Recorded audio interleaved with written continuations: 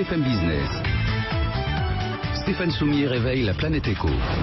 Good Morning Business. David Ménacher, bonjour. L'économiste, hein. Je ne sais pas s'il a lu votre étude. Emmanuel Macron, vous ne savez pas non plus. Je ne sais pas, peut-être. Vous avez écrit un petit mot. Non, pas encore. En tout cas, il y a tout. Il y a tout dans votre étude qui s'appelle La France du Bon Coin et qui est le révélateur. Je regarde là l'ensemble des commentaires que je reçois sur Twitter, parce qu'on parle très très largement donc de ce statut qui pourrait naître là de professionnels de proximité. Il dit pas entrepreneur, il a bien raison d'ailleurs.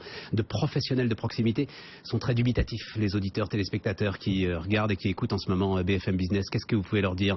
Elle existe, cette France du Bon Coin. C'est quoi exactement cette France du Bon Coin que vous avez remarquablement décrite, David Ménacher? Alors, la France du Bon Coin, je pense que c'est la convergence de deux phénomènes. Premier phénomène, c'est les stratégies de débrouille qu'on observe depuis une quinzaine d'années face à la crise de l'emploi peu qualifié. Grosso modo, face à la crise de l'emploi peu qualifié, qu'est-ce que font les gens? Ils cherchent de l'activité plutôt qu'un emploi, ou si vous me pardonnez la formule, ils cherchent des clients plutôt qu'un patron. Parce que c'est en fait plus facile de chercher des clients que de trouver un patron. Donc grosso modo, c'est le succès de l'auto-entrepreneuriat depuis 15 ans. Vous avez aujourd'hui 1 million d'auto-entrepreneurs. C'est un phénomène... 300-400 000 qui sont actifs quand même, hein, pas beaucoup plus. Même un peu plus qui sont actifs, aujourd'hui, plus l'emploi qui est, on va dire, informel. C'est-à-dire que vous pouvez être aussi en CDI et faire des compléments de revenus, on va dire un peu au noir. Ça, c'est encore un autre sujet, mais restons sur celui qui ne trouve pas de patron mais qui trouve des clients. Donc là, effectivement, au cœur de ce problème-là, on le disait tout à l'heure, 1 470 € brut, c'est le SMIC. Le problème, c'est le SMIC? Non, le problème, c'est pas forcément le SMIC. Juste pour revenir d'abord à la France du Bon Coin. Donc, premier phénomène, c'est stratégie de débrouille. Ouais, on développe de la micro-activité. Qu'est-ce qui a changé? C'est l'arrivée effectivement du numérique. Et donc là, on a une rupture à la fois quantitative et qualitative. Quantitative, il y a 15 ans, quand je voulais me débrouiller, au mieux, je trouvais des clients en bas de chez moi, dans mon quartier. Maintenant, j'ai des plateformes qui me permettent d'élargir très significativement la gamme de mes clients, et donc je peux trouver des clients sur l'ensemble de la ville où je suis. Premier élément. Deuxième élément, et là c'est une rupture qualitative, c'est l'arrivée des plateformes qui vous donnent entre guillemets des business clés en main. Uber. Voilà, j'ai un business clé en main.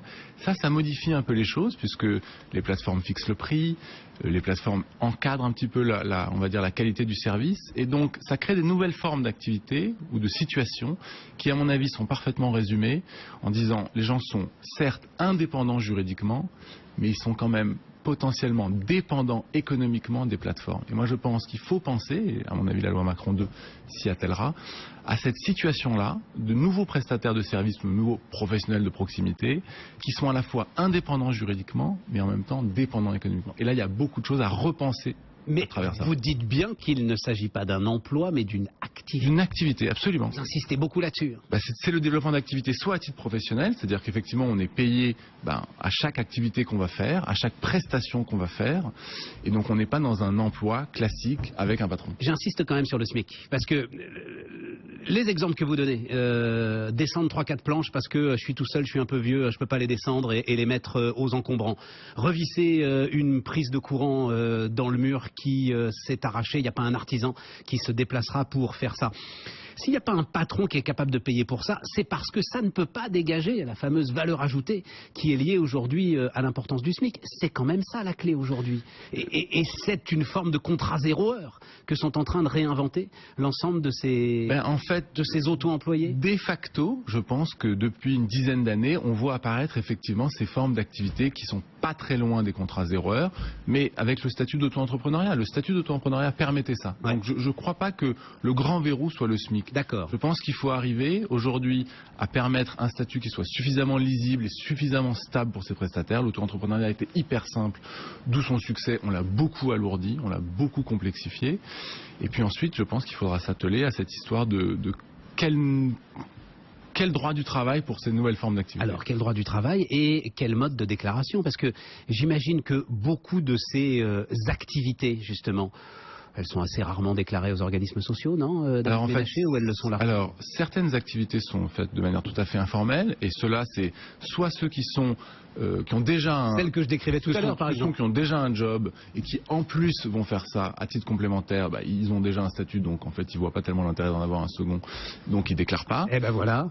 Et vous avez de l'autre bout de la chaîne, vous avez des gens qui sont extrêmement contraints économiquement, qui ont vraiment besoin de gagner 5 €, 10 €, 15 € à la journée, et que déjà là, vraiment, ça tire des deux côtés, et donc ceux-là, ils vont pas déclarer également. Au milieu, vous avez des gens qui déclarent, soit parce que les plateformes sur lesquelles ils sont leur imposent. Si demain vous voulez être, je sais pas, sur une plateforme de VTC, vous avez l'obligation de déclarer, donc là vous allez déclarer. Absolument. Donc en fait, vous avez ceux qui s'en sortent plutôt bien, qui déclarent pas, pardon, ceux qui s'en sortent plutôt mal, qui déclarent pas non plus pour des raisons de contrainte, et au milieu vous avez plein de gens qui déclarent.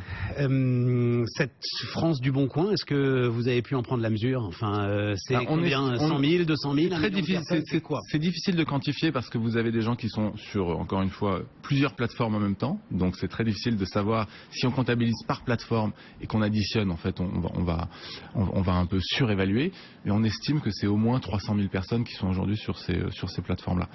Donc c'est évident que c'est d'abord quantitativement un nombre important, mais c'est surtout une tendance qu'il faut voir. Si vous regardez au Royaume-Uni, on estime que près de 40 ou 50% des nouvelles formes d'activité sont liées à ce que les Anglais appellent le self-employment.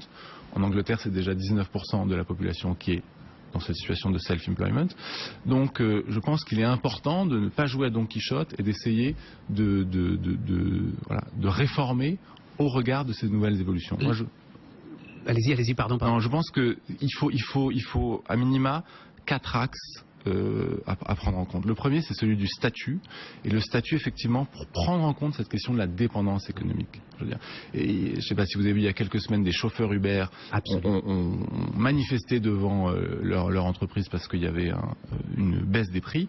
Donc, je veux dire, la dépendance économique existe. Absolument. Deuxième élément, c'est la question de la gouvernance.